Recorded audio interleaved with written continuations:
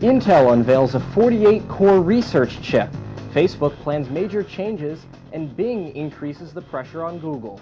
All that news and more on this week's World Tech Update.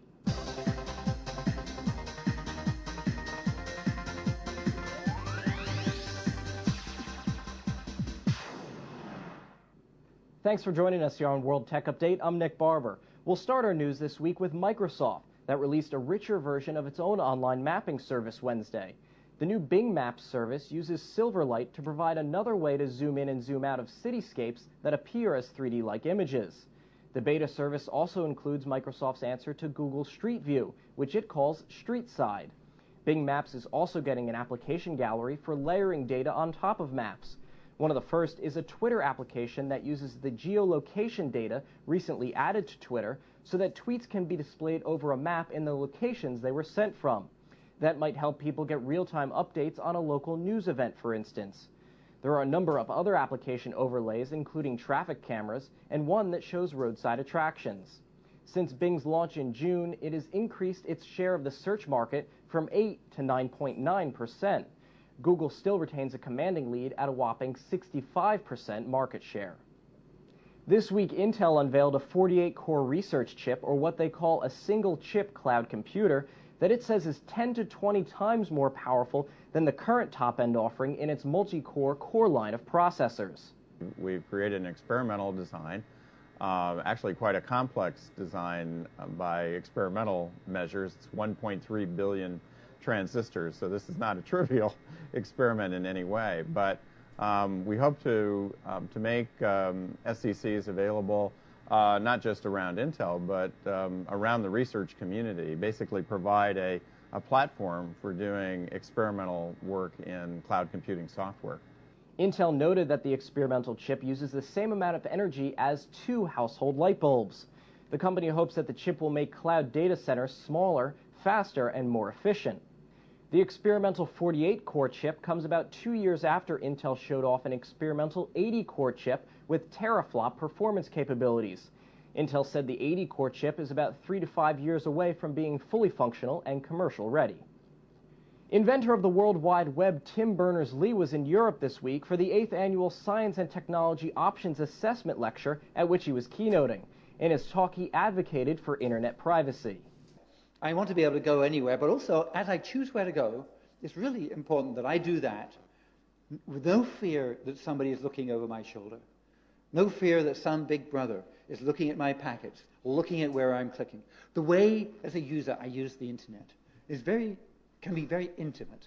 It's much more intimate. If you had a TV in my living room, you wouldn't find out very much interesting about my life compared to if you watch what I click and what comes back over the internet. If you look at that, there I am. I'm wondering, a friend has got cancer. I want to find out about that sort of cancer. I don't want to go and look it up on the web, because I know that if I go and start looking up cancer sites, my insurance premiums might go up, because the insurance company's got to deal with my internet service provider. Hello? No. In 1990, Berners-Lee wrote the first web server and first client called World Wide Web, a WYSIWYG hypertext browser and editor. He then gave it to the world with no patents or royalties due. Facebook CEO Mark Zuckerberg announced this week that the social networking site will soon be making major changes to its privacy settings. Facebook will eliminate regional networks or groupings of people based on where they live, he said in a blog post on Wednesday. In the past, joining a network meant that data would be available to complete strangers unless a user made specific changes to their privacy settings, which many users simply forgot or were unaware that they could control. In the next 2 weeks, users will be notified of the changes and be asked to update their privacy settings. Volvo launched an iPhone application and website to help commuters measure and decrease their carbon footprint. Called Commute Greener, the iPhone app costs $3.99 on the iTunes App Store, but signing up for the website is free. Commute Greener is a way to change to a more environmentally friendly behavior. You have a possibility to set targets, to see that they are met, and to share the experiences in a wider community. After downloading the app, the user can register the different modes of transportation used. The program calculates how much CO2 is emitted depending on whether the users travel by foot, car, train, bus, boat, or bicycle.